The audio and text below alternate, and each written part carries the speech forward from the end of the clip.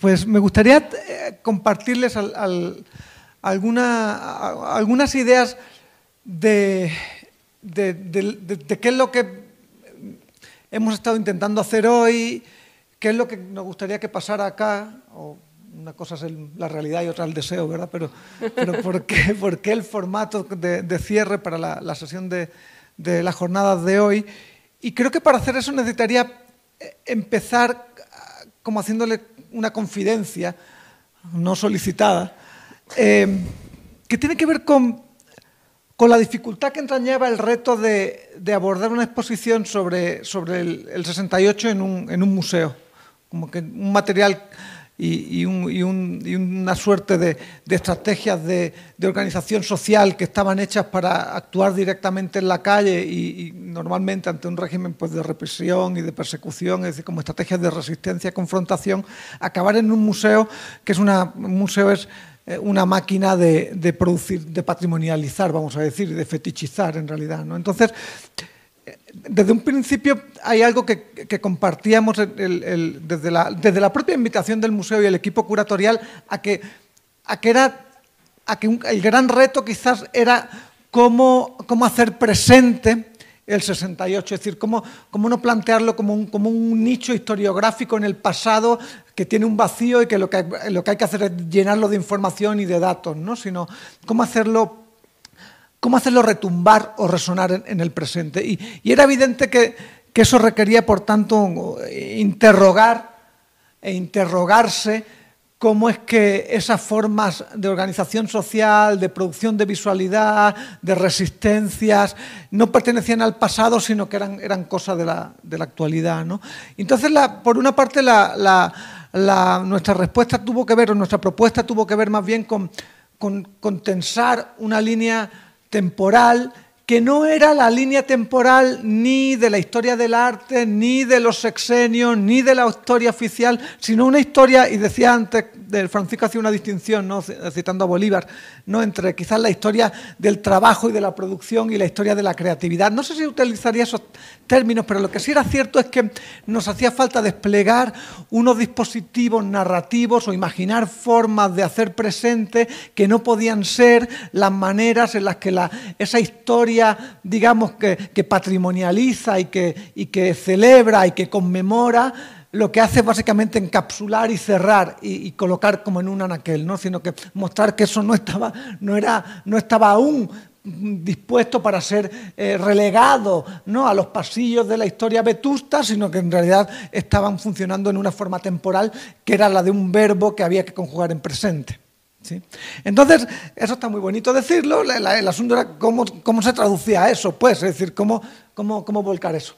Y entonces, para nosotros era muy importante mostrar que esto que está aquí reunido en un proyecto, porque no es solo una exposición, sino es un proyecto que buscaba activar otras formas de mediación, es decir, con talleres tanto, ¿no? de fanzines como de gráfica digital, ¿no? como un foro, como varias publicaciones, como fanzines, como producir localmente también parte del material que es digamos, apropiable de la exposición y que ha de salir de la exposición. Es decir, intentamos como desbordar ese formato, digamos, en el que el museo retiene, ¿no? Y era un museo más bien que, híjole, está un poco escatológico, pero que evacua, ¿no? Así como que en realidad lo que hace es circular, ¿no? Es como hacer que entren y salgan cosas, ¿no? Entonces, en ese ejercicio nos parecía muy importante reflexionar, y por eso la jornada de hoy, reflexionar sobre qué formas de hacer presente, de hacer retumbar o hacer resonar en presente habían de cobrar esas estrategias. Y me gustó mucho cómo lo planteaba Pablo, ¿no? Esta mañana, o en los términos en los que articulaba Pablo su presentación, que tenía que ver con que hay una plebe que está ahí, solo que es una plebe que está o en los arrabales o en la periferia o en los intersticios y que aflora así, híjole, me voy a poner muy benjaminiano, ¿no? Pero que aflora en los momentos de peligro, es decir, los momentos de crisis, de ruptura, cuando colapsan las formas institucionales, como en el 85, ¿no? O como en el 94, ¿no? O como en el 88, vuelven a aparecer y aparecen cristalizadas, vamos a decir así. Es decir, con unas formas no me gustaría usar este término, pero unas formas estéticas, una forma de hacerse presente, de visualizar propia. La forma del fanzine, la forma del grabado, la forma de los murales, que tiene una memoria y que tiene una historia, insisto, que no es la historia o la memoria que aparece articulada habitualmente en instituciones como esta.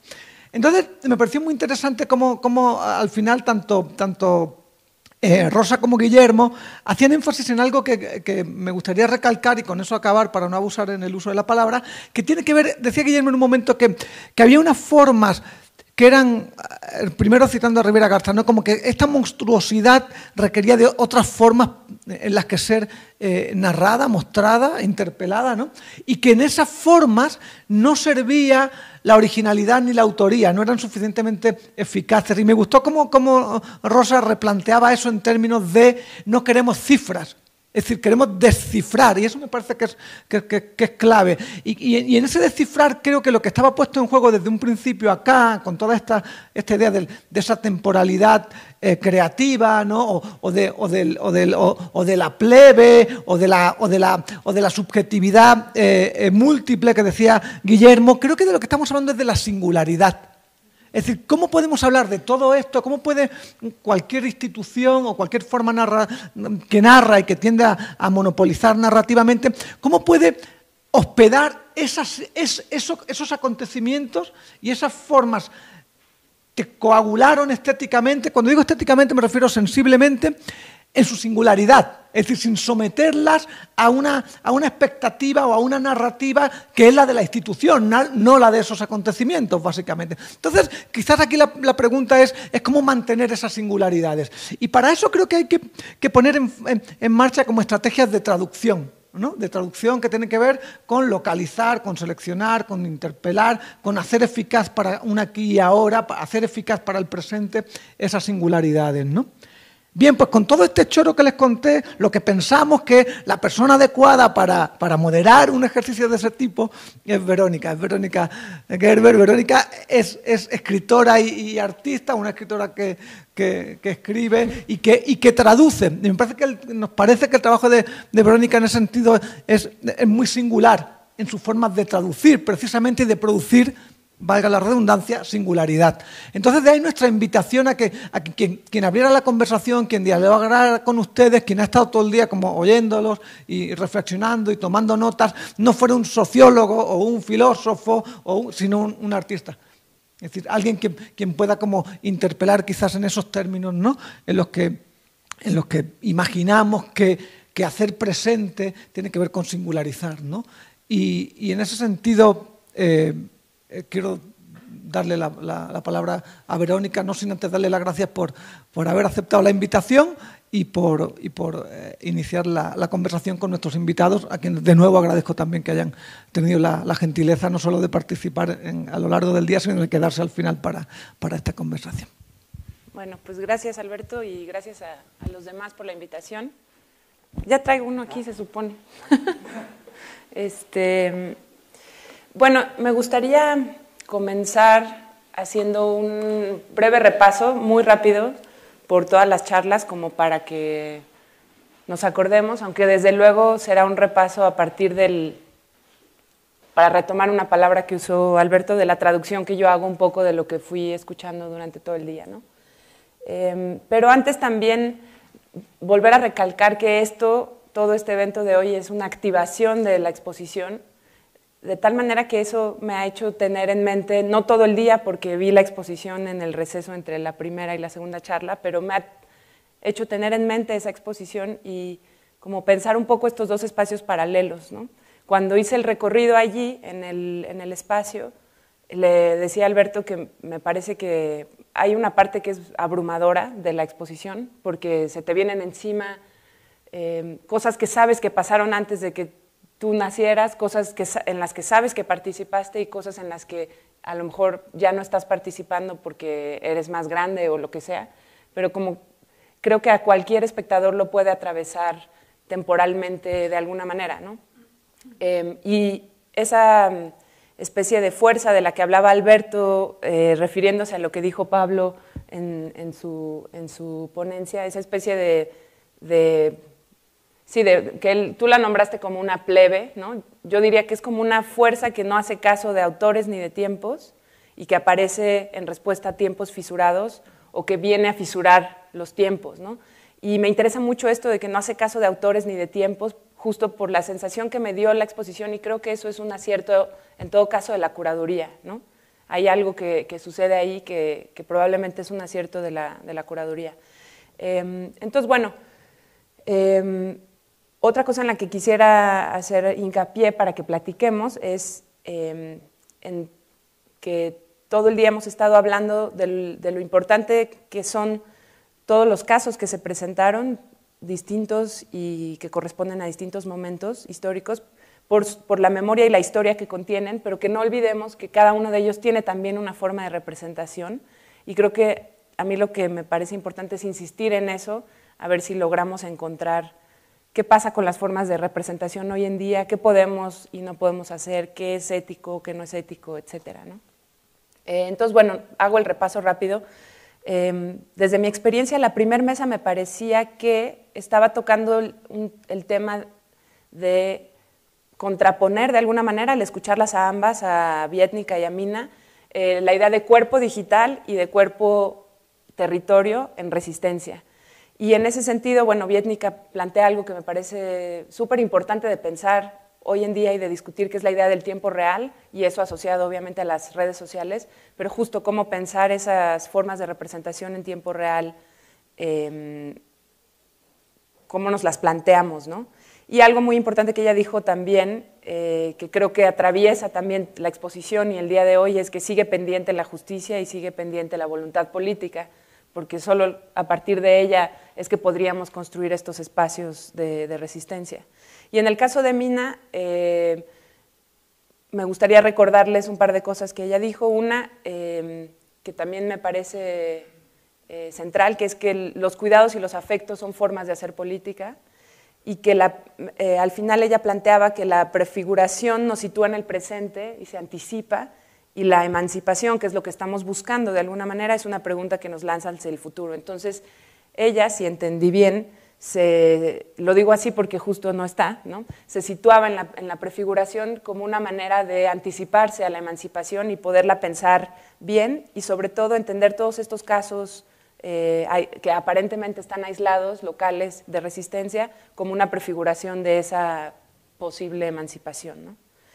En la segunda mesa me parecía que lo que se estaba discutiendo en el fondo era, pues digamos, esta contraposición entre el aparato hegemónico y la autonomía, o como lo nombró también Francisco, el aparato instituyente, ¿no? Dependiendo del autor, versus la autonomía. Pablo hablaba me pareció súper interesante que proponías elaborar un duelo del 68, y me quedé pensando qué significaría eso y para irnos a dónde. Tú decías que para darle voz a otros autores, yo diría que más bien ya nos deshagamos de los autores, ¿no? Pero bueno, o sea, es decir, como convertirlos en colectividades, que es un poco lo que propone después los nodos culturales del EZLN, ¿no? Pero antes de eso también Pablo hablaba de la marca registrada del 68, que es algo que hemos estado viviendo todo este año, lleno de conmemoraciones absurdas y estúpidas, que lo único que están haciendo es, digamos, borrar la parte de resistencia de la historia, convertirla en una conmemoración, en un monumento que nos permita aplanar y reducir todo a, pues, no sé, a una piedra que se ponga en algún lado, ¿no? Entonces, bueno, esta idea de la marca registrada 68 me parece que también responde a eso. Francisco, bueno, planteó, entre otras cosas, lo importante es que fueron los núcleos culturales, o que son más bien, perdón, para la conformación del Ejército Zapatista de Liberación Nacional, y ahí me parece bien interesante pensar cómo un ejército en resistencia, bueno, sabemos que el EZLN es un ejército más en resistencia que en formato de ataque, pero lo que me parece interesante es pensar que un ejército se forme con nodos culturales, entre otras cosas, ¿no? Eso los hace obviamente muy diferentes, ¿no?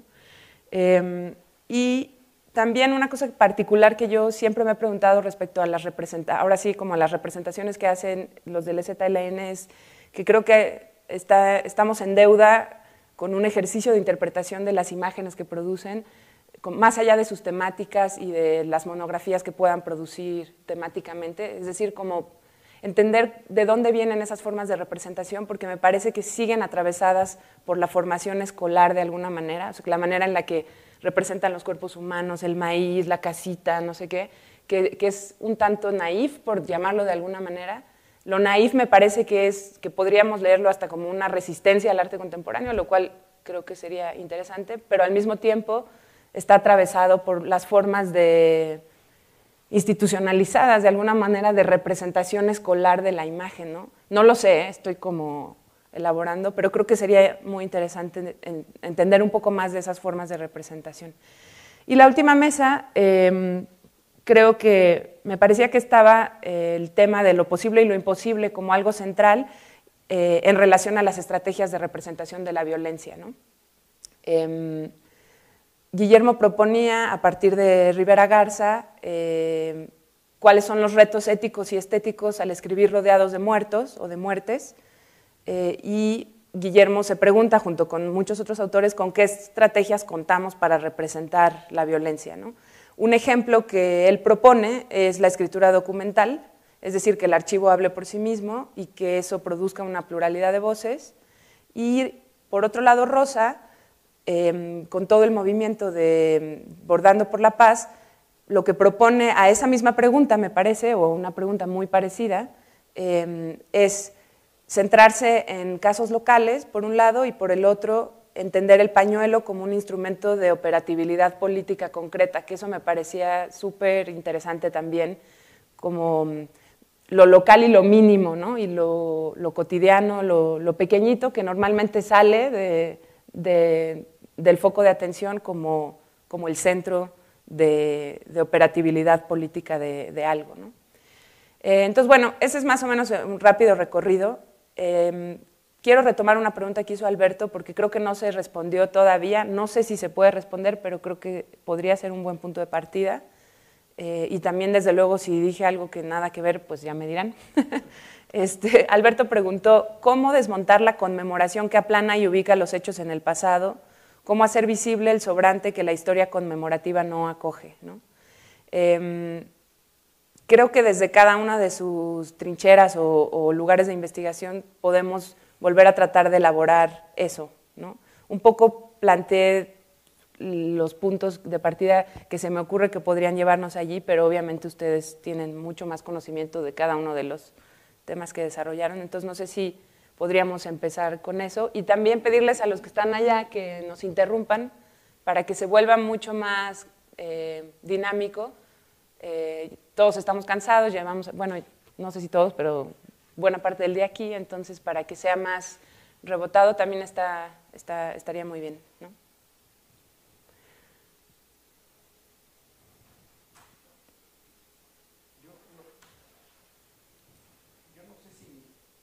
Que vaya a decir responde esa pregunta de Alberto que se me hace muy importante, ¿no? O sea, cómo se enfrenta la paradoja de meter al museo este arte que está hecho para la calle y meter a la institución este arte que tendría que ser antiinstitucional y todas esas cosas que surgen en la cabeza cuando uno hace estos ejercicios.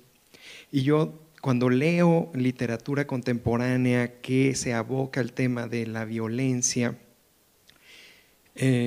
no es una reflexión paralela, pero la duda que me surge o la incomodidad que experimento como lector es qué tanto este libro que narra cualquier evento, ¿no? Imagínense ustedes cualquier atrocidad contemporánea. ¿Qué pasa cuando este documento está empastado, ¿no? Con el sello de una editorial transnacional en la mesa de novedades de Gandhi? ¿Cómo eso cambia mi percepción? Es decir, esa representación no es un museo, es una librería con un sello editorial. Creo que ahí hay algo que me obliga a empezar a leer ya ese texto con escepticismo e incomodidad, ¿no? Es decir, siento que mis colegas, tal vez yo también, estamos empaquetando para consumir dosis manejables de guerra contra el narco, ¿no?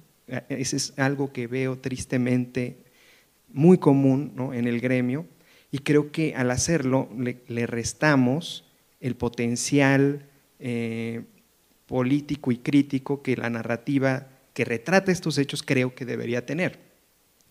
Entonces, no sé cuál será la estrategia para que el 68, es decir, no sé cómo llevar esto al 68, pero lo que como lector me la paso buscando entre novedades, ¿no?, es algo que me produzca la misma incomodidad que me produce a mí, y más yo creo que a Mancera. Yo creo que es la única obra de arte que Mancera pensaba todos los días, era los antimonumentos del Paseo de la Reforma, que hasta el momento son 3, ¿no? Uno de la guardería ABC, otro de la minera Pasta de Conchos enfrente de la Bolsa, la de la guardería ABC enfrente del IMSS, y el de los 43 enfrente del edificio de la lotería, ¿no? Y que son estas estructuras, ¿no?, que están ahí diseñadas por artistas anónimos, emplazadas por varios colectivos, y que la finalidad como antimonumentos es, el día que se haga justicia las vamos a quitar. No son monumentos, ¿no?, son antimonumentos, y cada vez que los vemos, o esa sería la finalidad, tendríamos que recordar que hoy hubo 11 desaparecidos más, ¿no?, o que los responsables de esas 2 tragedias siguen impunes, etcétera, ¿no? Y no sé, hay algo, por ejemplo, en los pañuelos que creo que está. Creo que en los pañuelos yo veo los pañuelos y veo eso, es decir, no veo un documento escrito en papel, encuadernado en libro, que, como dice Alberto, pareciera que tiene la finalidad de vamos a cerrar esto y a lo que sigue, ¿no? Vamos a ver, ya pasó esta cosa terrible, vamos a hacer una narrativa, un relato, lo encuadernamos y el escritor a lo que sigue, o sea, el siguiente tema, no sé qué va. Pero hay algo, por ejemplo, en los pañuelos, ¿no?, en esos pañuelos verdes, ¿no?, de los desaparecidos, ¿no?, de que si la víctima aparece, ese pañuelo es desbordable, ¿no? O sea, hay algo ahí que yo puedo deshacer, ¿no?, que no puedo hacer con la escritura, ¿no? Y hay algo, no se da en todos los casos, pero hay algo en el libro de Gibler. El libro de Gibler, que yo aquí tanto he elogiado, se parece mucho a lo que tú hiciste en la Ibero con esos pañuelos de textos, ¿no?, pañuelos que tienen un hueco en medio, ¿no? Hay huecos entre tus pañuelos. Esos huecos se ven también en ese libro de Gibler, y aunque nunca lo dice como tal, la impresión del lector, la impresión final es esos huecos, porque hay algo de la historia que no se entiende, solo se va a entender cuando sepamos lo que atestiguaron los 43 desaparecidos. Es decir, hay una incompletud en el relato porque faltan 43 voces, ¿no?, para completar el rompecabezas, ¿no? Entonces, creo que son muy pocos los ejemplos que logran, en la literatura, bueno, muy poco, que logran lo que creo que lo que logra ese antimonumento, que es la forma en la que yo creo que desde la literatura hace lo que Alberto preguntaba. Creo que esa es mi respuesta, al menos, a la pregunta que tú lanzabas, ¿no? No sé si fui muy claro, pero eso es lo que he pensado. Ahora que mencionabas eso de los libros, recordaba que cuando entrevisté a la Nacha el año pasado, ella estaba preparando un libro también, que era una recopilación de cartas que recibieron los presos y las presas en Lecumberri y en la cárcel de mujeres, presos del 68, presos políticos y presas políticas. Y entonces eran cartas de familiares o de amigos de políticos hacia los presos, o al revés, de la gente que estaba encarcelada, y pues tenían la cualidad de ser inéditas. Entonces era otra parte de esta narración tan grande que es el 68, ¿no? Y yo le ofrecí, como yo iba a sacar mi libro con Random House, le dije, ¿por qué no vienes conmigo? Te presento con ellos y sacamos el libro, bueno, te presento al editor y a lo mejor, seguro que él está interesado. De hecho, me había preguntado al editor si sabes de otros autores y todo, porque había como mucha expectativa el año pasado de quién iba a publicar qué, ¿no? Sobre el 68, entonces me pidió llevarle gente o decirle de gente. Y yo pensé, pues Nacha, vamos, hay una gran oportunidad ahí. Y ella, me llamó mucho me llamó mucho la atención su reacción, porque fue así como, no, yo no quiero llevarlo a Random House. Para ella significaba un monstruo corporativo, que es un monstruo corporativo. Y entonces ella temía que le fueran a modificar cualquier cosa que, como se había imaginado su libro, su recopilación de cartas. Y finalmente eligió la editorial, una editorial pequeña de un amigo suyo, y entonces yo pensaba, pero qué lástima, no va a tener tanta repercusión. Yo pensaba eso, ella pensaba otra cosa y era la dueña del libro. Entonces me sugiere un poco eso, desde la forma en que uno publica, la plataforma en que uno publica, pues hay un significado. Por supuesto, hay muchas maneras de verlo. Yo quería que el libro llegara a todo el mundo. Entonces, y no pensaba que iba a alterar la forma en que lo hiciera, ¿no? Y está el libro de Jacinto que acaba de salir, que salió por Random House, y no le movieron una coma en cuanto a contenido, ni la forma, digamos, en que él la presentó, cosas de estilo, en fin, pero lo esencial estaba ahí. Entonces, bueno, hay maneras de verlo. Yo creo que para quienes escribimos es muy importante que nos lean, que uno escribe siempre con la pretensión de que la mayor cantidad de gente te lea, y las editoriales grandes, aunque pueden producir ese efecto que tú dices de encerrar nuestros contenidos, también pueden llevarlo a mucha gente. Entonces es un dilema difícil, pero bueno, al final yo entendía la decisión de Nacha, por ejemplo, y el libro salió en su editorial pequeña. Pero puede pasar siempre lo que pasó con el libro de La Tita, que fue una editorial pequeña también, marginal, y el libro desapareció. Y pues yo le mandé un mail al hijo de La Tita para ver si me contestaba, nunca contestó, para saber qué había pasado con el libro y si era posible recuperar ese testimonio que pues ya muchos nos perdimos, no sabemos qué dijo. Para mí sí, de pronto era importante saber qué dijo La Tita, ¿no?, sobre el 68, que es una de las pocas mujeres protagonistas del movimiento, bueno, protagonistas reconocidas, ¿no? Entonces se perdió, pues como que ahí hay también una lectura, una lección. Bueno, yo un poco con las reflexiones que hemos venido escuchando a lo largo del día, y también recuperando un poco el ánimo de la exposición, pero el dónde está la exposición, yo creo que en todas las presentaciones también ha habido como una temática transversal, ¿no? Y esta temática que toca todos los temas es arte para qué y para quién. Entonces, por lo menos desde la experiencia del caso con el que yo estoy trabajando, en uno de los últimos comunicados, que ahora ha habido muchos comunicados del zapatismo que se refieren al arte, textualmente dicen que elevan al arte a un nivel incluso más alto que el de la política.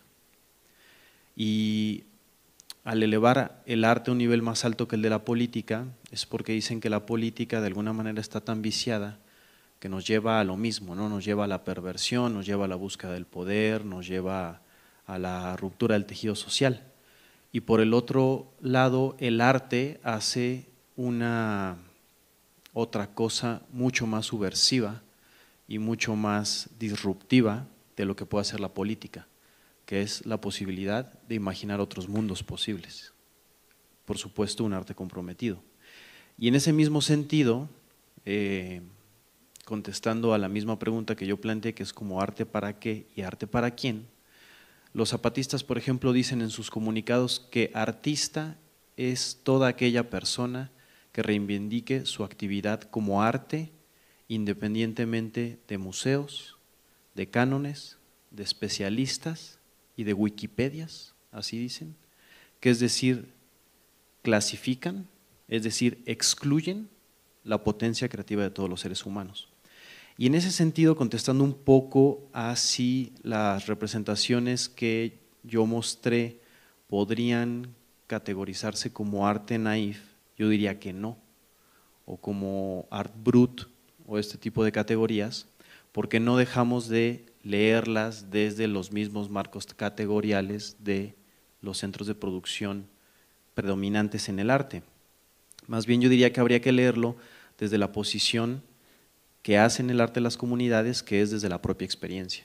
O sea, a fin de cuentas, por ejemplo, muchas veces cuando una actriz o un actor de teatro escenifican una puesta en escena desde los cánones más convencionales a los que estamos acostumbrados, pues se mete en un papel, lo aprende y lo desarrolla en el escenario, pero difícilmente habla desde su propia experiencia, desde la comunidad y desde la vida misma. Y en ese sentido, por ejemplo, Marx nos ayuda un poco a entender esto que él llamaba como de la división entre el trabajo intelectual y el trabajo manual, o lo que sería el trabajador polimorfo, porque gracias a las dinámicas globales del neoliberalismo, lo que vemos ahora es que, pues Marx decía que en las sociedades menos igualitarias había quien tenía tiempo para ser pescador, había quien tenía tiempo, no sé, para ser, por decir algo, periodista, había quien tenía tiempo para ser cazador o cazadora, pero la misma dinámica de la reproducción social le impedía acceder a otras esferas. En cambio, en otro tipo de proyectos, en este caso autonómicos, no precisamente socialistas, el arte no se ve como una esfera disociada de la sociedad, sino es una actividad misma.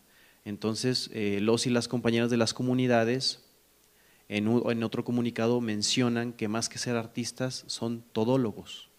¿Por qué? Porque por el día pueden cultivar el campo y por la tarde pueden hacer un bordado. O por el día pueden estar como Junta de Buen Gobierno hablando sobre los procesos de justicia y en la tarde pintar o hacer una obra de teatro o hacer canciones. Entonces eso nos lleva a concebir la experiencia estética desde una posición muy diferente, donde el no estar atado a un trabajo que los medios de producción capitalistas te exigen, te permite explorar tu experiencia creativa de una manera más libre, pero que tiene que remitir a tu cotidianidad, porque es lo que estás viviendo y es lo que quieres expresar. A pesar de que hay, digamos, diferentes expresiones, se mantiene un código compartido, que son los valores que ellos practican, que son los de la autonomía, los del trabajo colectivo, y que en ese caso pues tendríamos un poco que hacer un llamado, perdón, más bien hacer una escucha al llamado que nos hacen los pueblos originarios sobre desde dónde estamos hablando, para qué planteamos las preguntas y nosotros mismos cuestionarnos desde dónde estamos haciendo las lecturas. Bueno, hago un par de comentarios que me quedé así en el tintero. Con lo que decías, Vietnica, yo pienso que es bastante relativo eso de que Random House llega a todo el mundo, editorial independiente, nadie lo ve. Es bastante relativo, me parece. Si revisas los números de los títulos que saca Random House, hay muchos de los cuales no se venden más de 80 ejemplares, aunque tengan todo este aparato neoliberal de difusión. Y hay títulos en editoriales independientes que venden miles y miles y miles de ejemplares y que sostienen a las editoriales independientes. Entonces, pues nada, pienso que es relativo, es decir, esa elección de voy a publicar en Alfaguara porque ese sí le va a llegar a más gente, pues no necesariamente, ¿no? Creo. Y pienso que lo que es importante en todo caso, más allá de eso, es que esa decisión sí hace que el objeto libro lleve una huella, ¿no? Es una huella indeleble de una decisión del autor que no se le puede quitar, ¿no? Si tú pides una beca para publicar un libro, lleva el sellito de la beca y eso en 50 años o 100 años, si todavía existe la raza humana, se leerá de cierta manera, ¿no? Me parece. Entonces, tampoco creo que la huella indeleble de la editorial independiente necesariamente sea mejor que o sea, habría que discutir por caso, ¿no? Cada cosa. Pero en principio, pues sí, pensaría eso, que lo importante en todo caso, o bueno, la discusión que me parecería que está bueno tener es cómo los medios de producción determinan también los objetos artísticos, sean obras de arte en el museo o bien libros o lo que sea, ¿no?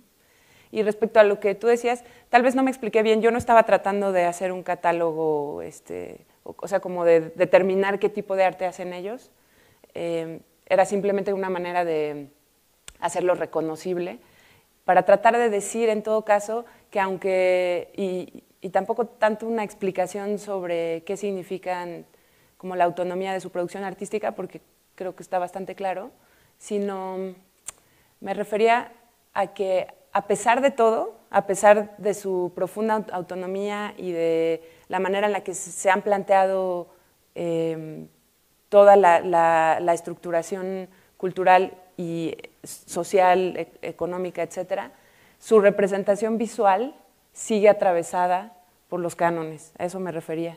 Entonces, como que me parecía interesante analizar de dónde vienen esas formas de representación, sí, de lo cotidiano, pero si tú pones a un niño en cualquier parte del mundo a hacer una casa, todos hacen la misma casa por alguna razón, ¿no? Entonces, como que imaginar otros mundos para mí también sería encontrar otras maneras de representación, y creo que si hay alguien que puede hacerlo son ellos, ¿no? Por eso me preguntaba por qué seguían siendo recurrentes estas figuras que tienen que ver con la formación pues, de la escuela y tal, ¿no? Y de la casa, ¿no? Pero bueno, sí. Sí, sí. Me siento extraño en una cultura extraña para mí. Lo digo por lo siguiente. Efectivamente, esta pregunta de que de pronto los museos contemporáneos les da por hablar de la realidad, suponen, a partir de hacer cierto tipo de historias sobre los movimientos sociales, políticos, culturales, eso que llaman subculturas, etcétera, etcétera. Entonces, de pronto digo, ¿cuál es la intención?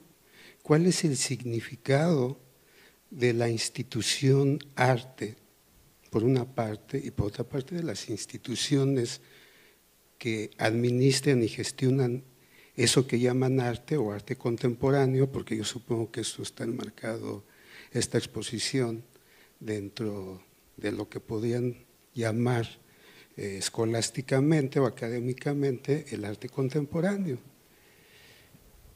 Pero además de eso, lo que también más me sorprende, yo soy de formación sociólogo, plebeyo, es que de pronto los curadores ya no son artistas, es que de pronto el artista ya no es artista, es un antropólogo o un sociólogo. Es una cuestión muy rara porque de pronto en los últimos 2 o 3 años personalmente he sido atravesado por esa demanda, y entonces efectivamente, personalmente, con todo lo que yo pueda representar en mi biografía, mis redes personales, mi trabajo de creativista, como yo planteo, que lo que hago, soy creativista, de pronto invitan a un sociólogo a presentarse en galerías como si fuera un artista. Entonces, algo está pasando, ¿no? O el arte está en crisis, o el arte, como yo también planteo, se ha convertido en arte entretenimiento. Porque yo lo que veo ahora en los museos es entretenimiento, es chacoteo, es lúdico, son activaciones como esta, ¿no? Es parte de este nuevo show, yo digo, de consumo y explotación simbólica. Y en este consumo y explotación simbólica se vuelve una camisa de fuerza que no nos permite, por ejemplo, creo, responder a la interrogante que nos planteas. Por lo siguiente, porque corremos el peligro, y ese es un ajuste individuado o individualizado, de ser políticamente incorrectos. ¿Qué quiero decir con esto? Creo que una de las premisas del 68, en el 68 fue, entre otras cosas, a nivel de la academia, a nivel de la discusión de la historia, de la historiografía y de la política, que los jóvenes historiadores de aquella época, por ejemplo, comenzaron a hacer encuentros para poner en duda a la Revolución Mexicana. Hoy día no hay un movimiento académico que quiera poner en duda el 68. Eso me parece muy importante, esa clausura, reflexionar sobre esa clausura epistémica o epistemológica. Por un lado, al mismo tiempo en los 60s aparece la ruptura estética, ¿no? Se cae el muro del nopal, ¿no? Se acaba con toda la perspectiva del arte al servicio del Estado, el arte crítico, revolucionario, y se introducen las nuevas tendencias contemporáneas de aquel momento. Aparecen personajes como Jodorowsky, ¿no? Planteando otro tipo de prácticas y arte, que tampoco era nada nuevo, pero que irrumpían en un contexto todo adocenado, encuadrado, ensimismado, encerrado, pero eso a lo largo de una década por lo menos creó las condiciones de ruptura del 68. Yo sí me atrevería a decir hoy que la academia, el sistema de arte, entretenimiento, de pensamiento en este país está negado a romper porque tiene que ver con la idea del duelo. O sea, no quieren reconocer que hay un daño psíquico profundo creado por el imaginario del 2 de octubre, que se reduce al 2 de octubre.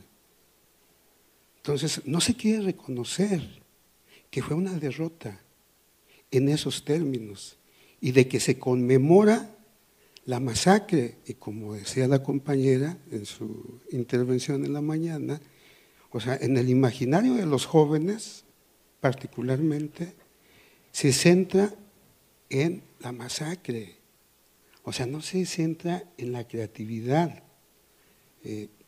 Creo que el único 68, si la memoria no me traiciona, que termina así en el 68, es en México, con una masacre y en donde la sociedad se contrae, se retrae durante muchos años y se construyen los chivos expiatorios. Desde el 68 hasta la actualidad existe una lógica social de construcción del chivo expiatorio. Siempre efectivamente va a haber un extraño enemigo que atente contra la unidad nacional o contra el proyecto en boga o en ascenso. Siempre. Revisemos nuestra historia contemporánea y vivida. Desde que yo soy muy niño, o desde que fui muy niño, yo tenía 9 años en el 68, yo recuerdo una y otra vez que lo que nos filtra el imaginario social es un imaginario de violencia simbólica y derrota. Y eso me parece muy importante.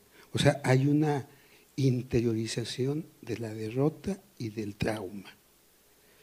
Y por eso yo planteo, junto con otros, esta necesidad de crear el duelo, porque el duelo significa la ruptura y efectivamente la construcción de prefiguraciones. Creo que ahí hay una coincidencia entre varios aquí con la idea de la prefiguración, pero yo creo que hay matices.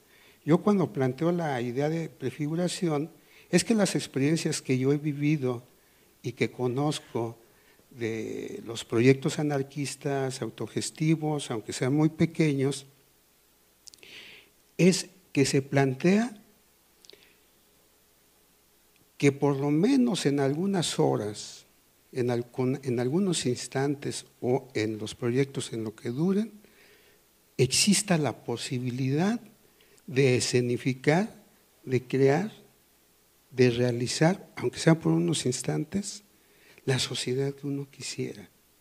Y en eso, por ejemplo, también tiene que ver la parte de la emocionalidad y la afectividad. O sea, tan fuerte. O sea, por ejemplo, en las prefiguraciones que yo conozco y he vivido, las mejores prefiguraciones son de parejas. O sea, no son ni siquiera de un colectivo de 4 o 6, ¿no? Porque ya cuando son 4 o 6 ya empiezan toda la maldad humana y las pasiones humanas, ¿no? De yo quiero, y desigualdad de trabajo y todo. No, cuando yo he visto estos proyectos de pareja prefigurativa, se potencian de tal manera, y yo hablo nada más del mundo urbano y suburbano particularmente. O sea, no hablo del mundo indígena porque pues, no estoy ahí, aunque mi pasado está ahí, por ejemplo. Pero hay una cosa que también me parece bien importante traer a colación en relación a esta reflexión de la clausura, que tiene que ver con algo que no queremos reconocer en nuestra vida social y política en este país, que es el tema del racismo. Del racismo. O sea, el racismo está presente también aquí. O sea, de pronto yo encuentro huecos bien fuertes. Cuando se habla de movimientos y a veces de indígenas, no hablan los indígenas. Cuando hablan de intelectuales, y ahí yo incluso me implico, de pronto yo llego y de pronto pues no cumplo en términos fenotípicos el imaginario y el arquetipo de intelectual. Y entonces yo no soy intelectual, de verdad. O sea, porque soy moreno, porque traigo el pelo largo, en serio. O sea, casi hay un prejuicio construido ante los propios indígenas y suburbanos de que ese no es mi lugar. Y hay una interiorización. Y entonces una de las cosas más fuertes que tenemos que trabajar para superar estos traumas tiene que ver con el reconocimiento del racismo, e incluso más que el clasismo, es más acentrado. Y hay una organización cultural, educativa, política en este país que tiene que ver con una organización de castas. Por eso yo planteo recuperar simbólicamente el discurso del plebeyo, pero del plebeyo de base, ¿eh? O sea, yo hablo del plebeyo de base, no del que dice representar a los plebeyos, porque de pronto los que dicen representar a los plebeyos son criollos. Y entonces yo veo de pronto ya en la política, en la Cámara de Diputados y de Senadores, hace poco me invitaron o me colé a la presentación de la Comisión de Cultura de la Cámara de Senadores y encuentro, o sea, y lo digo críticamente en estos términos, a Susana Harp con su vestimenta indígena y los únicos que estaban ausentes, sí había una indígena, pero la presentan como el sujeto naif para legitimar, es una escenificación. Entonces, eso no es el reconocimiento, eso es retomar a los otros, a los plebeyos, para construir un simulacro de nueva sociedad, pero es dirigida por los criollos y nos podemos ir a hacer una disección, así como la que hacen frente a los indígenas, frente a los chacas, frente a los pobres de este país, cómo nos diseccionan, Pero nosotros cuando diseccionamos al poder, a las clases dominantes, entonces somos resentidos. Entonces para mí eso es muy importante. Parte del duelo tiene que ver, uno, reconocer que hubo una derrota y que no se ha creado el duelo. Y es muy profundo porque es un trabajo psíquico colectivo. Y creo ahí sí, el arte es muy importante. Y yo creo que el trabajo de los zapatistas en ese sentido es de una profundidad de verdad. O sea, conocer y encontrarte con un zapatista como militante en Chalco es otra cosa, ¿no? Bueno, no dice soy zapatista, ¿no? O sea, te lo encuentras.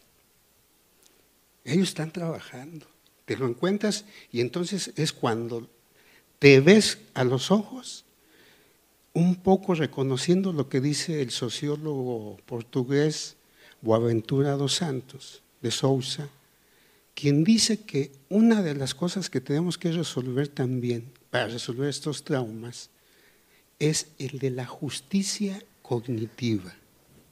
O sea, no hay reconocimiento del saber y de la experiencia de los otros. Y ya más finalizo con lo de los libros. A mí me parece fascinante, ya dije una palabra fifí, fascinante, el hecho de que hay una proliferación de autoproducción de libros y revistas que yo no había visto en muchos años. Y eso no sé qué consecuencias vaya a tener en la industria editorial, pero ya muchos ya optamos por no entrar al infierno de la beca, ni al infierno, mucho, Dios me libre, de la industria editorial universitaria, que es así de moho, no en todos los sentidos, o sea, que te quieren trasladar al género de la tesis tus libros de poesía, de crónica, o sea, está gruesísimo eso, ¿no? Y mucho menos a la industria transnacional, editorial, y que es una nueva forma de explotación, que es a lo mejor hasta de lavado de dinero, yo digo, ¿no? Pues vean a dónde están ubicadas las industrias y quiénes son, ¿no? Entonces, pues narcocultura, pues la hacemos de otra manera en todo caso, pero no así. Pero yo creo que sí es la autogestión y hay condiciones técnicas para la autogestión. Yo lo que decía es que en la presentación mi última presentación de mi libro, yo les narraba que inicié como generación Xerox, cuando participé en mi primer fanzine en 1982. Fotocopiábamos, ni siquiera lo hacíamos en offset, o sea, hacíamos todo artesanalmente, fotocopiado. Y el libro que acabo de editar es en rizo, con la máquina de rizo, no desde la perspectiva hipster, sino le encontramos, ¿no? Porque pero entonces sí existen las condiciones, pero el nomos y el telos también. Hay un fin. Para mí el fin es no perder mi individualidad, de verdad. Y no me refiero al consumo, es mi individualidad. O sea, yo decidí eso. Ya nadie quiere decidir esas cosas tan pequeñas, y eso yo creo también nos lo comunicaban mucho los zapatistas, ¿no? Entonces por eso hay como estas afinidades, pero a lo mejor me extendí e hice otra ponencia. Ya no te toca otra ronda. Ya. No, o que la otra ronda sea en un bar, en una pulquería.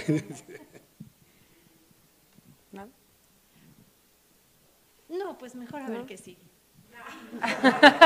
No, yo lo único que podría como comentar es que sí, yo tiendo a estar de acuerdo contigo, y creo que en momentos de emergencia nacional como la que estamos viviendo, porque estamos viviendo una emergencia enorme, las etiquetas, estas cosas de decir, es arte, no es arte, no sé qué, salen sobrando. O sea, urge salir a la calle, urge hacer conexión con la gente. No sé, es como, ¿qué importa si estás haciendo arte o no estás haciendo arte, o qué coño estás haciendo? No importa, hay que hacer cosas que te conecten con el otro, que te devuelvan tu dignidad de persona, que no tengas que ponerle la etiqueta del gobierno, o sea, yo creo que es justo la resistencia tiene que ser todos los días, en todos los espacios. Bueno, no sé si tiene algo que ver, pero eso es lo que me hicieron pensar. ¿Hay alguna pregunta por ahí? Ay, sí, preguntan cosas, ¿no? Sí.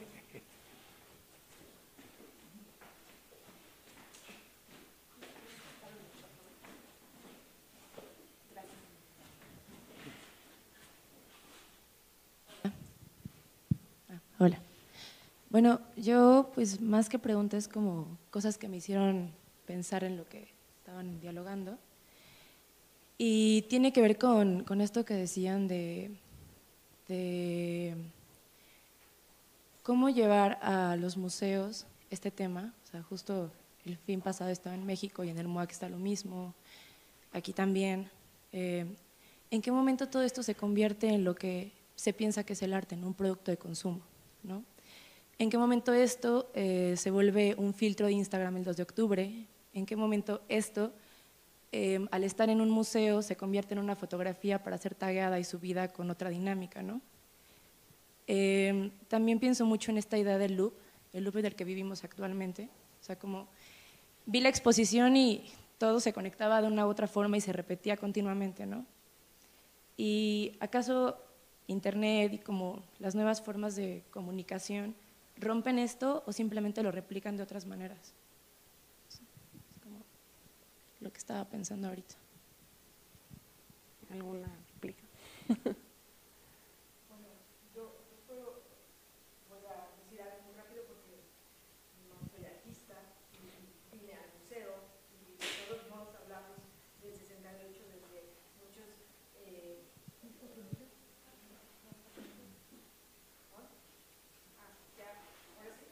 Hola, sí.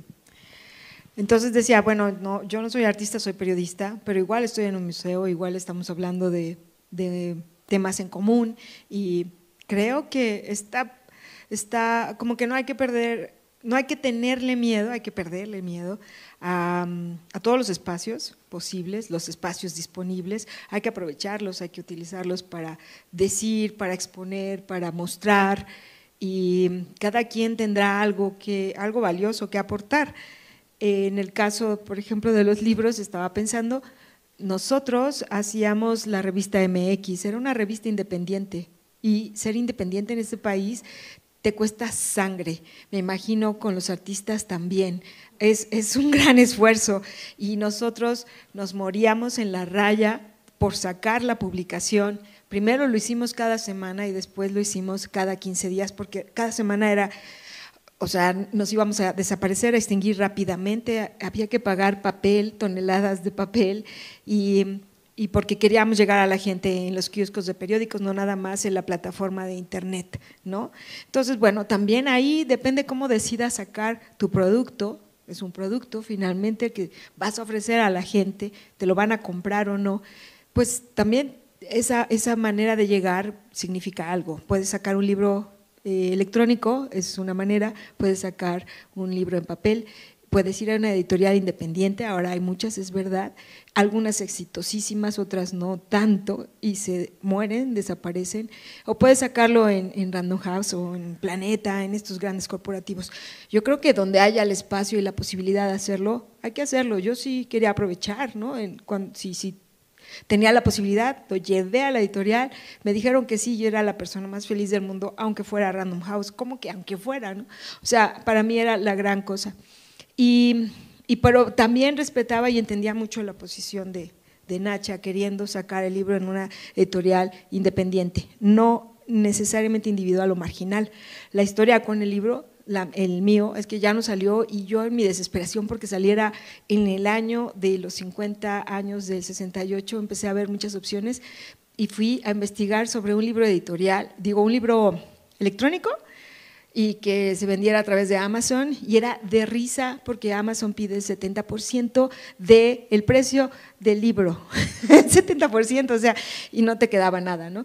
Y luego dije, bueno, lo imprimo por mi cuenta, y fui con una chica que tiene una editorial, Nieve de Chamoy se llama, la editorial, independiente, Y igual, todo lo tenía que pagar yo, evidentemente, si quería hacer un libro de autor, en fin, o sea, solo digo que no es tan sencillo ser artista, ser autor, ser autogestivo, y cuesta, siempre cuesta dinero, entonces hay que ver de dónde sale. Y nosotros, por ejemplo, en MX, cuando digo nosotros me refiero a Ignacio Rodríguez Reina, que está ahí sentado, y que era el director de la revista, y yo era la subdirectora, y pues éramos como, nos fuimos de la revista del Universal, el Universal, que era un gran periódico, fuimos a hacer nuestra revista y pensábamos que iba a ser muy sencillo, no fue sencillo, fue una tarea titánica y lo logramos durante 11 años, 10 años sacamos la versión impresa en papel de la revista como medio independiente.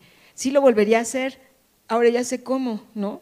Y bueno, ser independiente eso no tiene precio, ¿no?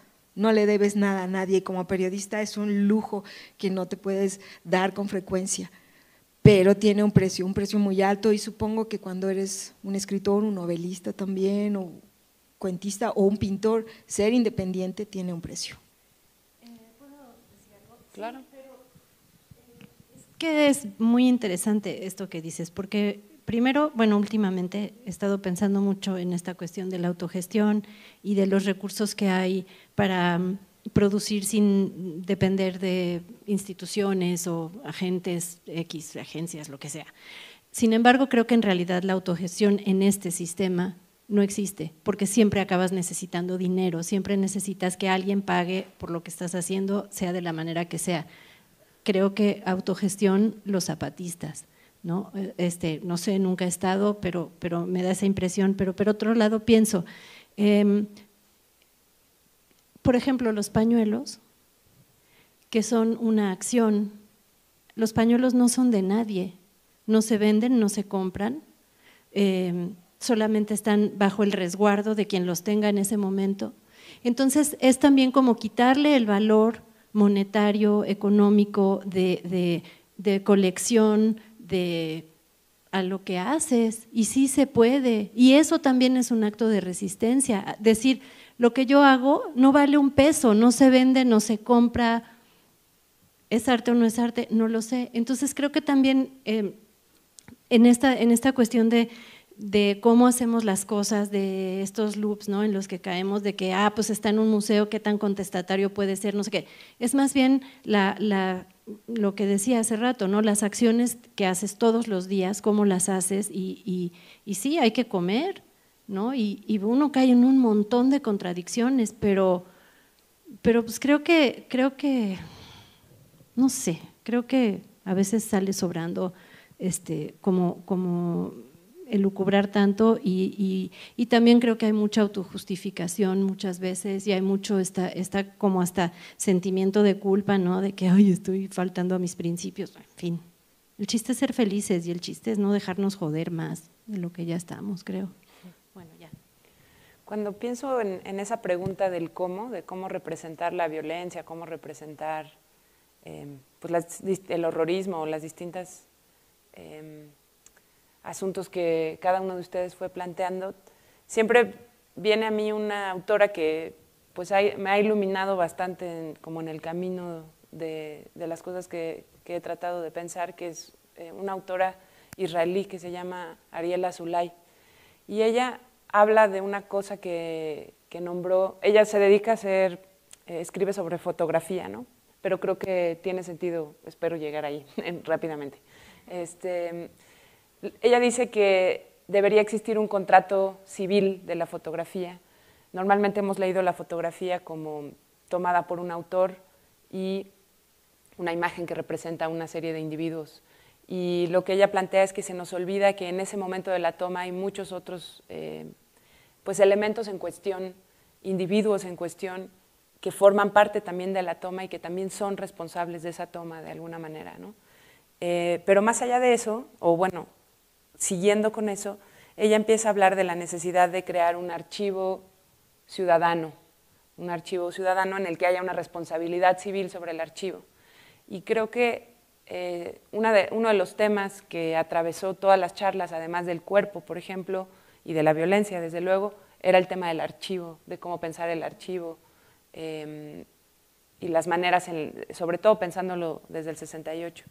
Entonces, no sé cómo sea posible, digamos, resistirse a la institución como tal. Supongo que esas cosas tienen que seguir sucediendo, es decir, exposiciones en museos, etcétera. Pero ella me parece que echa luz sobre una posibilidad de salida, me gustaría saber qué opinan, que es que se cree una especie de archivo civil de la fotografía, incluso pone ejemplos de artistas y otras instancias no artísticas que han intentado hacer eso en Medio Oriente y en otras partes del mundo, y que tiene que ver con que nos volvamos todos responsables de las cosas que están pasando y de justo de estos sucesos que, como los que se ven en esta colección de carteles que hace la exposición, que no son los de la historia oficial en absoluto, ¿no? Y que tienen que ver con fisuras específicas en el tiempo, en las que, como ya lo había dicho Pablo y Alberto, aparecen grupos de personas que de pronto sí están organizados y sí resuelven cosas cuando hay un temblor o cuando hay que salir a marchar, sí se llenan las plazas, ¿no? Sí hay gente organizada de alguna manera. Entonces esa misma, digamos, como que imagino yo que esa misma gente tendría que crear ese archivo con pues todas las imágenes que se producen en esos momentos, videos, palabras, discursos, lo que se nos ocurra, pero que no tengamos, digamos, que acudir al archivo de donde probablemente se sacaron todos estos pósters, ¿no? O a los diversos archivos privados o individuales que están ordenados de una manera y que tienen una visión específica sobre esa historia.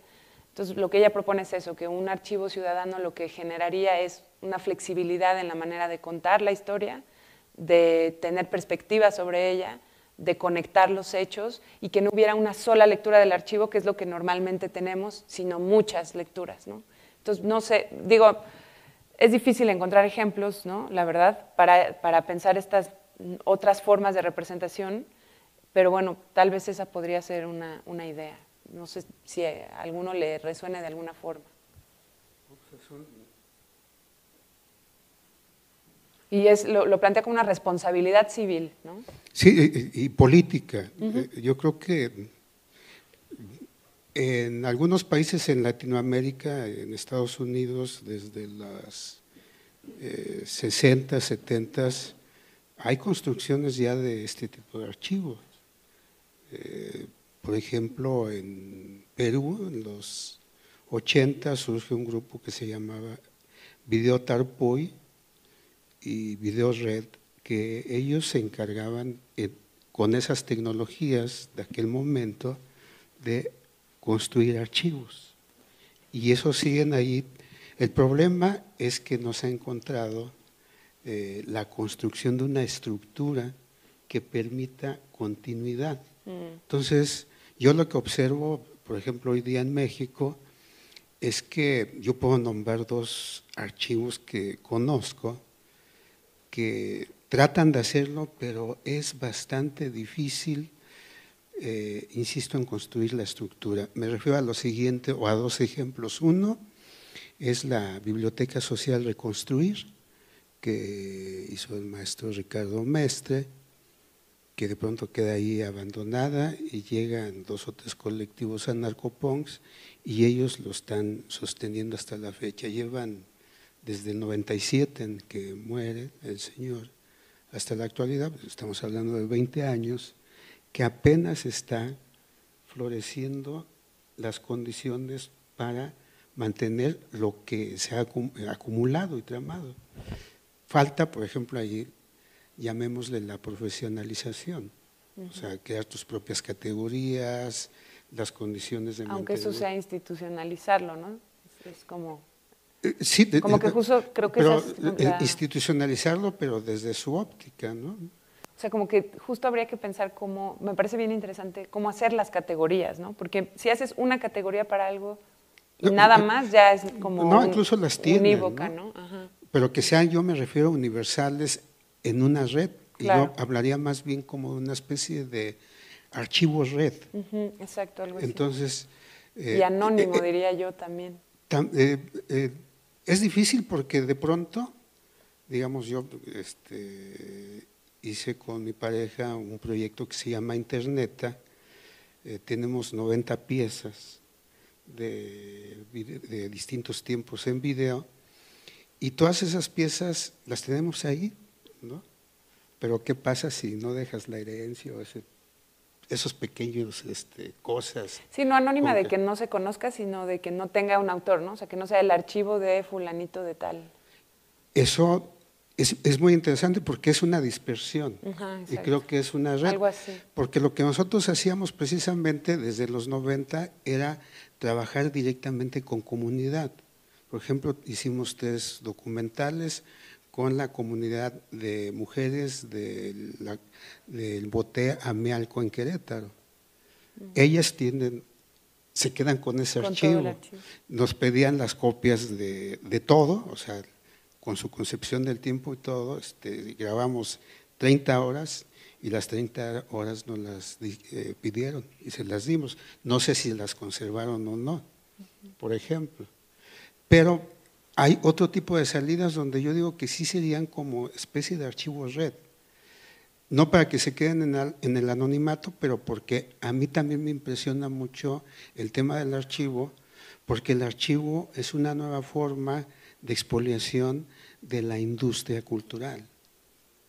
O sea, yo sé hoy día de casos de individuales que tienen X cosas y que de pronto llegan los museos, los curadores, claro, y se lo llevan, y de pronto quien por lo menos mantuvo y creó ese archivo se queda sin nada y aparece el curador. Entonces tiene esos problemas, porque si hay un vínculo hoy día en el archivo, que me parece en todo caso que hay que hablar también del extractivismo archivístico, ¿no?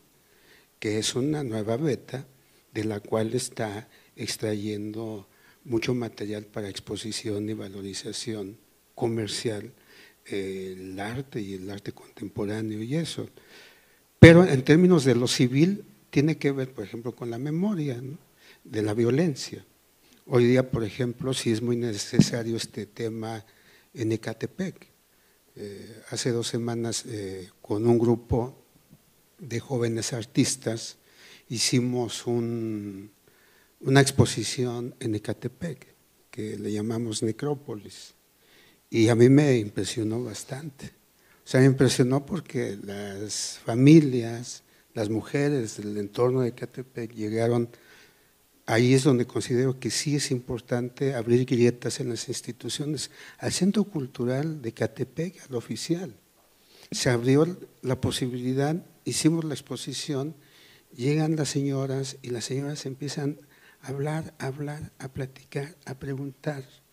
Y entonces en ese momento sí sería importante ese archivo, que sería el de la búsqueda de justicia, por un lado, y el de la memoria de sus propias familias, particularmente mujeres que han sufrido la desaparición y el asesinato horrorista, ¿no? O sea, eso es, pero hasta ese momento es cuando creo que se puede construir ahí también con la comunidad concreta, local, territorial, proyectos de archivo, pienso, a partir, ahorita en el caso de la violencia. Por eso me parece como archivo, o sea, a mí personalmente, esta síntesis que hiciste de los bordados, es impresionante, ¿no? Porque es el afecto y es lo que algunos hablan del duelo. O sea, este trabajo del duelo yo creo que es bien importante, y es un trabajo que todo tipo de especialistas, académicos, artistas deberían estar interviniendo, pero yo sí insistiría en algo que se ha abandonado, en el trabajo territorial. No la intervención, que me suena como muy militar, ¿no?, sino en lo que yo insisto mucho con los neologismos, en lo que serían las prácticas de la interinvención. Es decir, el sujeto que viene de fuera, como nosotros, de pronto una comunidad cualquiera que sea, imaginaria o territorial, entras en interacción y los dos estamos produciendo el duelo, conocimiento, información, archivo, ¿no?, cómo compartir todo este archivo, pues es un poco, termino con lo siguiente, no con la demanda inasumible, sino un filósofo inglés, no sé si pronuncie bien el nombre, inglés londinense, precisamente ex-punk de los 70s, de apellido Clichy. Él plantea la noción de demanda infinita. O sea, y yo me asumo con él un poco, toda su propuesta de la demanda infinita, que tiene que ver con esta responsabilidad ciudadana, pero también tomarla como de manera feliz, ya no de sufrimiento, pero también con una inteligente ironía hacia el poder, trabajando sobre los intersticios. Este momento, al menos para mí, sería un momento intersticial. O sea, entro, estoy aquí, compartimos, tal vez no resolvemos, pero salimos y volvemos a entrar y a salir. Entonces, el intersticio también tiene que ver con el filtro y la grieta. Entonces, sería agrietar éticamente. ¿Cómo estamos de tiempo? ¿De cierre? Por cierto, dices. ¿De cierre? Sí. ¿Yo primero? Sí.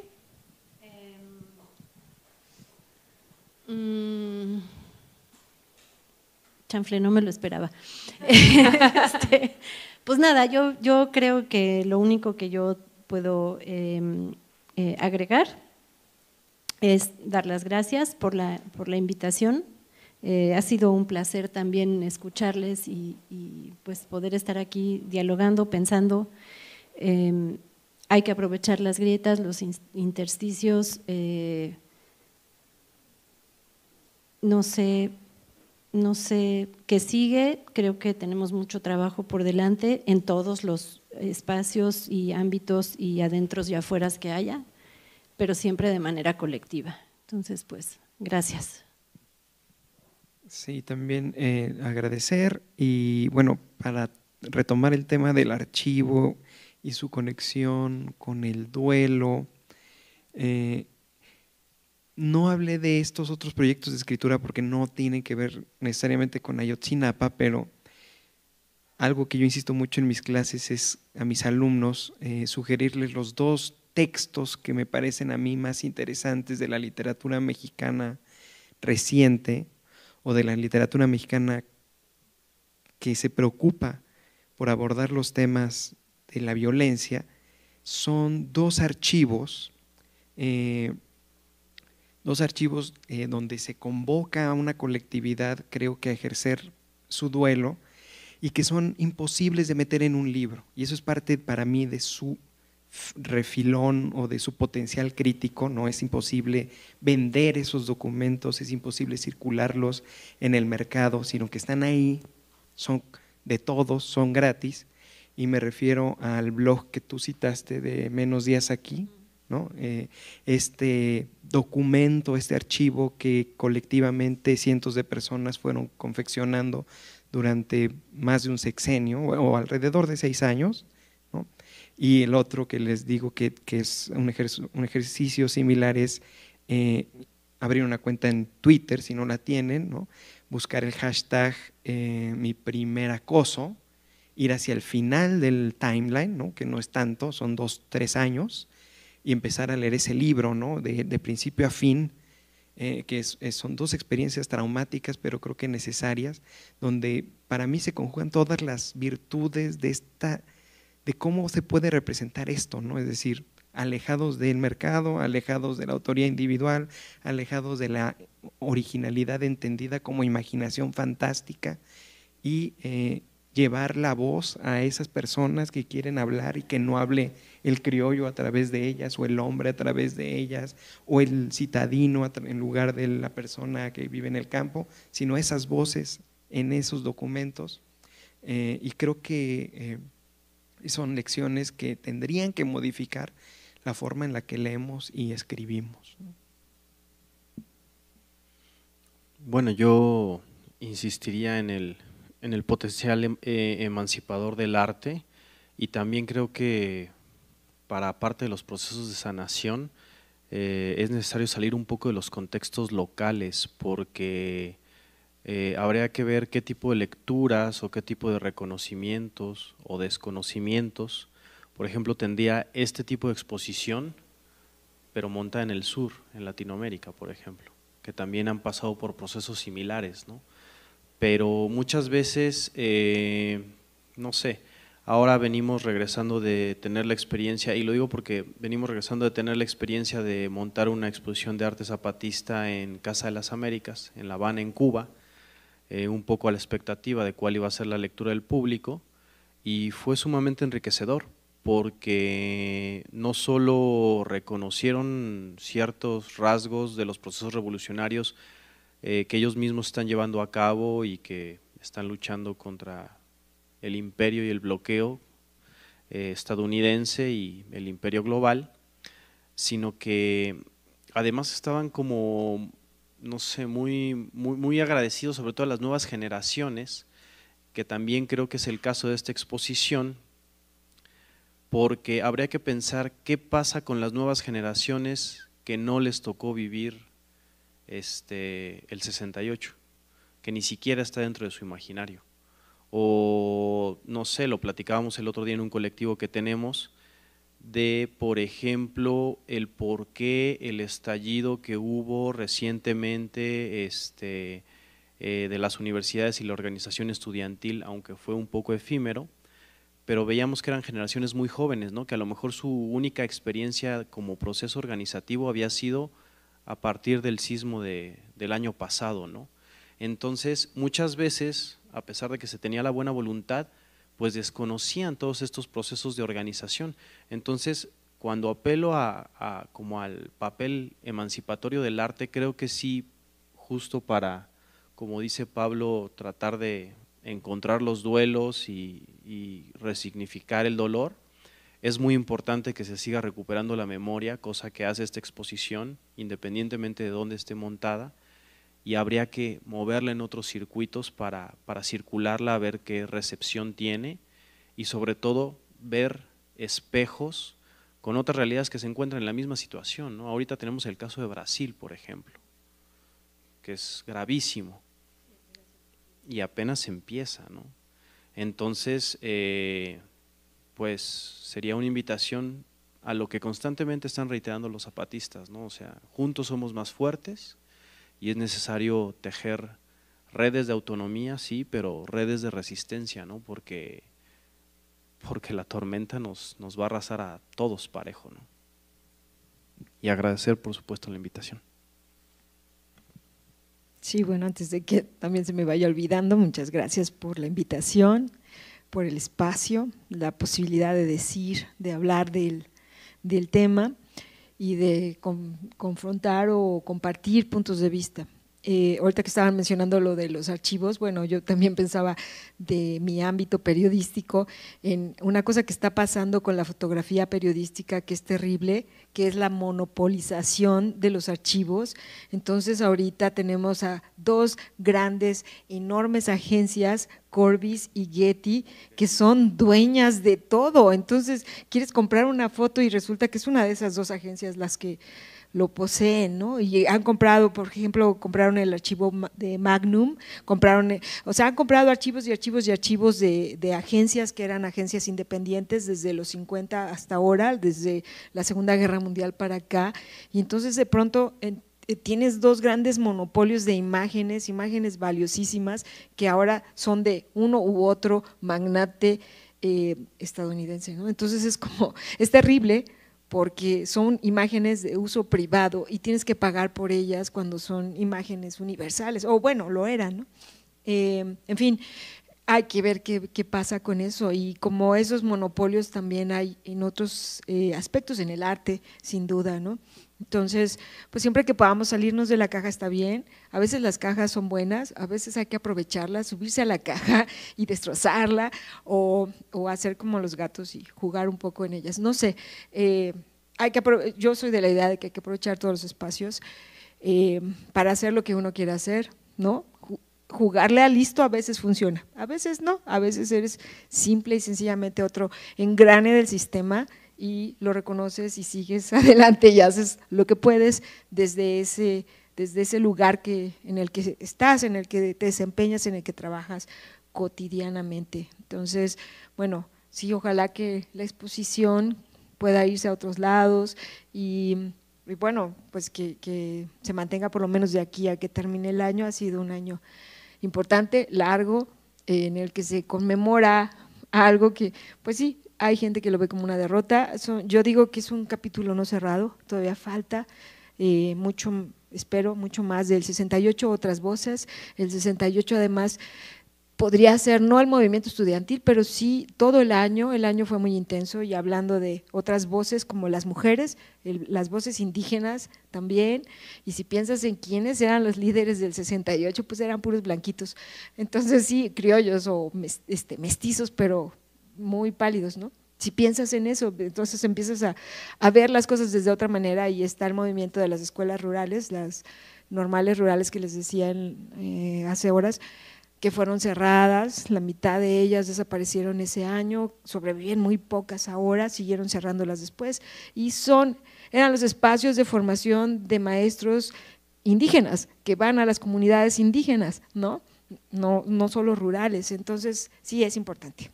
En fin, es inagotable, podemos hablar toda la noche, pero muchas gracias por el espacio y por estar aquí, por dar la oportunidad de estar aquí con ustedes.